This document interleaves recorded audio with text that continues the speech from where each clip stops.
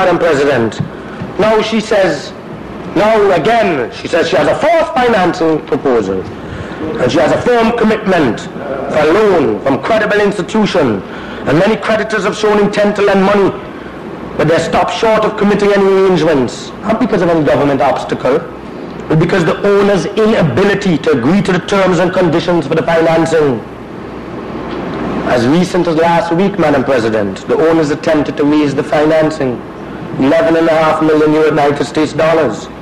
Among the terms that they were trying to negotiate was $11.5 million over 5 years, 15% interest for the first year, 15%, $100,000 negotiating fee, a guarantee of an alien land owning license for the lending institution, $11.5 million over 5 years. That's a very short period of time to repay a loan that amount. How is the project going to be viable? That high interest rate, thank you, Santino. That high interest rate is outrageous. The project could never be viable. And of deeper concern to me is the fact that she was unable to raise $100,000 to cover the costs of the negotiating the loan. You know, when you negotiate these loans, there's a negotiating fee, arrangement fee. She was also seeking to borrow this $100,000. And you want to come here and tell me that these people are serious? That these people are serious business people, that they have no credibility.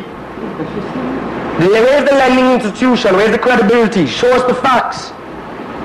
And to confirm my submission to this Honorable Senate, Madam President, the creditors that they're currently negotiating with for a guarantee of an alien land owning license as a precondition for the loan, knowing fully well that they might have to foreclose within the first years if the owners cannot repay that high outrageous interest rate.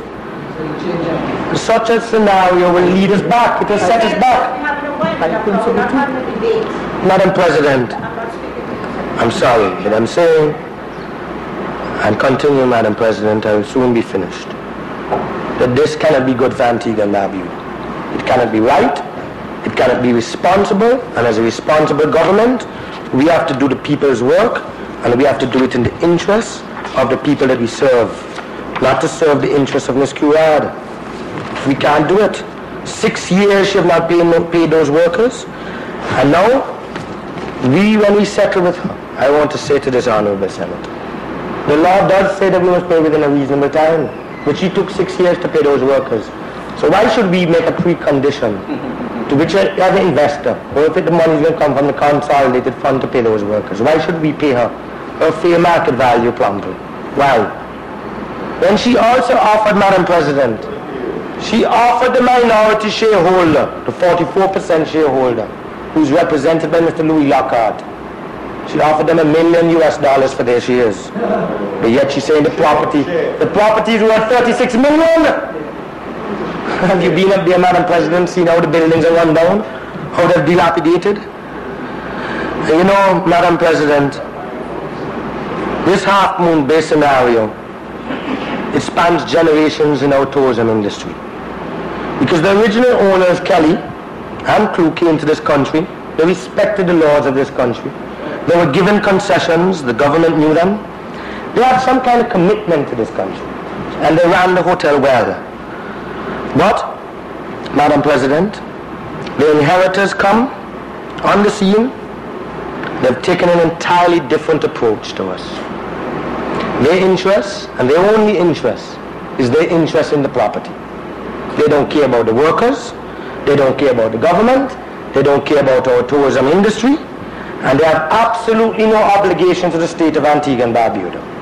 No reciprocity, Madam President. They've forgotten entirely that all these years of incentives and concessions that we have given them, they have not factored that into the equation.